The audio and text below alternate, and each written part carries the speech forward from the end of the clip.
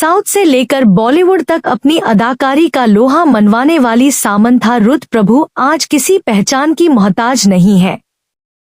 उनके screen presence, कमाल की एक्टिंग और डांस मूव्स का हर कोई दीवाना है। लेकिन एक सुपरस्टार की चमकदमक भरी जिंदगी के पीछे कई ऐसे गहरे राज, संघर्ष और दिलचस्प कहानियां छिपी होती हैं, जिनसे आम दर्शक बिल्कुल अनजान होते हैं। अगर आप सामंथा के सच्चे फैन हैं या सिनेमा की दुनिया में दिलचस्पी रखते हैं, तो आज हम आपको उनके जीवन से जुड़े कुछ ऐसे अनसुने और बेहद हैरान कर देने वाले सच बताने जा रहे हैं, जो आपको किसी और वीडियो में एक साथ देखने को नहीं मिलेंगे। यह बातें न सिर्फ उनके शुरुआती दिनों के संघर्ष को बयां करती हैं, बल्कि उनकी निजी जिंदगी के उन पन्नों को भी खोलती हैं, जिन्हें उन्होंने दुनिया की नजरों से काफी हद तक संभाल कर रखा है। शुरुआत करते हैं उनके उस नाम से जिसे आज पूरी दुनिया जानती है। आपको जानकर हैरानी होगी कि सामंथा का असली नाम या कहें कि उनका घरेलू नाम कुछ और ही है। उनके करीबी दोस्त, परिवार के लोग और फिल्म इंडस्ट्री के कुछ बेहद खास साथी उन्हें आज भी सामंथा नहीं बल्कि यशोदा कहकर पुकारते हैं। यहाँ तक कि उनके एक पूर्व कोस्टार और करीबी मित्र उन्हें प्यार से यशो भी बुलाते थे। यह बात बेहद दिलचस्प है कि सालों बाद उन्होंने इसी नाम की एक पैन इंडिया फिल्म यशोदा में मुख्य भूमिका निभाई, जो बॉक्स ऑफिस पर काफी चर्चा में रही थी। बहुत कम लोग जानते हैं कि सामंथा का पारिवारिक बैकग्राउंड बेहद साधारण और मिला-जुला रहा है। उनका जन्म चेन्नई में हुआ था, जहां उनके पिता जोसेफ प्रभु आंध्र प्रदेश से ताल्लुक रखते थे और उनकी मां निनेट प्रभु केरल के अलापुषा की रहने वाली थी। दो बड़े भाइयों के बीच पली बड़ी सामंथा बचपन से ही पढ़ाई लिखाई में बेहद तेज थी। स्कूल से लेकर स्टेला मैरिस कॉलेज, चेन्नई से कॉमर्स में ग्रेजुएशन करने तक वह हमेशा अपनी क्लास की टॉपर रहीं। उनका इरादा आगे चलकर मास्टर डिग्री करने और एक कॉरपोरेट करियर बनाने का था, लेकिन किस्मत को कुछ और ही मंजूर था। अक्सर लोग सोचते हैं कि इतने बड़े सितारे बचपन से ही ऐशो आराम की जिंदगी जीते हैं, लेकिन सामंथा की कहानी बिल्कुल अलग है। कॉलेज के दिनों में उनके परिवार की आर्थिक स्थिति इतनी खराब हो गई थी कि उनके पास अपनी आगे की पढ़ाई पूरी करने के लिए पैसे नहीं थे। घर के खर्चों और अपनी जरूरतों को पूरा करने के लिए उन्होंने बहुत कम उम्र में ही काम करना शुरू कर दिया था।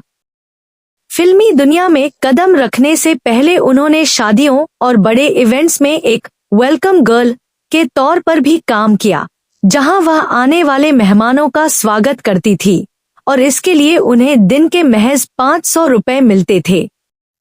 इसके साथ ही उन्होंने अपनी पॉकेट मनी के लिए मॉडलिंग करना शुरू किया। इसी मॉडलिंग के दौरान मशहूर डायरेक्टर और सिनेमाटोग्राफर रवि वर्मन की नजर उन पर पड़ी और उन्होंने सामंथा के अंदर छुपे कलाकार को पहचान लिया। रवि वर्मन ने ही उन्हें पहली बार कैमरे के सामने आने का मौका दिया।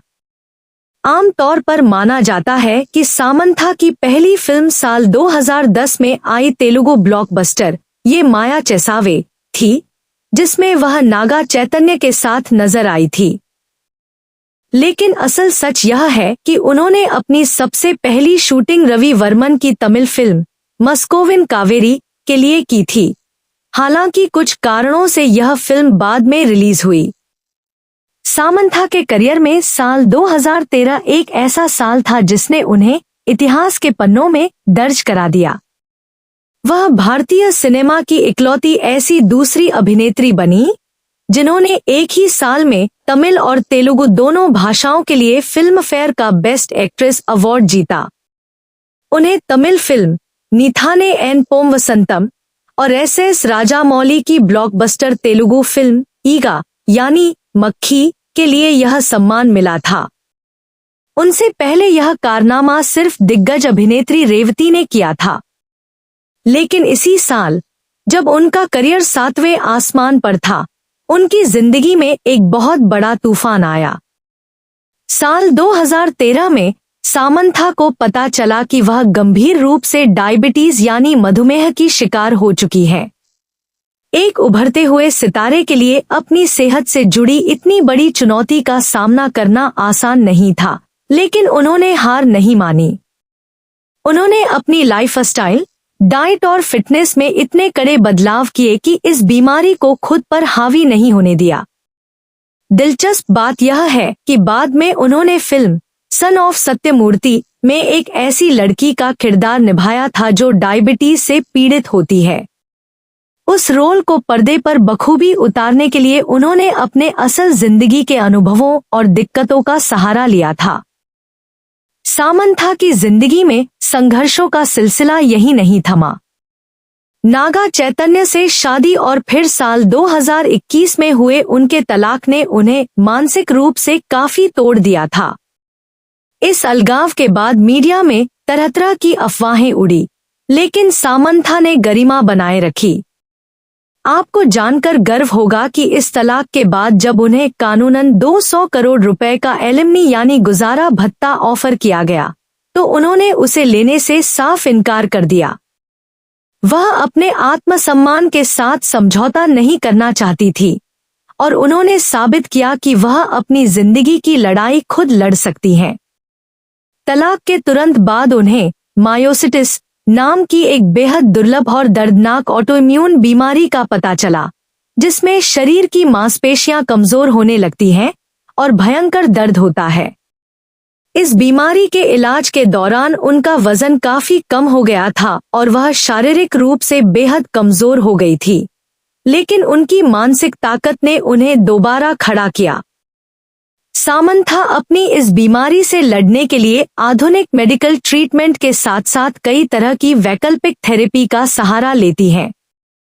उन्होंने अपने मुंबई वाले घर में एक body size red light therapy panel लगवाया हुआ है, जो उनके शरीर की सूजन और दर्द को कम करने में मदद करता है। इसके अलावा वह हर 3 महीने में एक बार साइलेंट रिट्रीट पर जाती हैं, जहां वह कई दिनों तक किसी से एक शब्द भी नहीं बोलती और पूरी दुनिया से कटकर खुद को अंदर से रीसेट करती हैं। वह खुशबू वाली चीजों या परफ्यूम का इस्तेमाल बिल्कुल नहीं कर सकती, क्योंकि उन्हें गंभीर एलर्जी और माइग्रेन की समस्या है। इसी परेशानी से लड़ते हुए उन्होंने खुद का एक ऐसा परफ्यूम ब्रांड शुरू करने का फैसला किया जो पूरी तरह से एलर्जी फ्री हो। सामंथा को जानवरों से भी बेहद लगाव है। उनके पास 2 डॉग्स, हैश और साशा, और एक पर्शियन बिल्ली जेलाटो है। वह खुद को एक एनिमल लवर मानती हैं।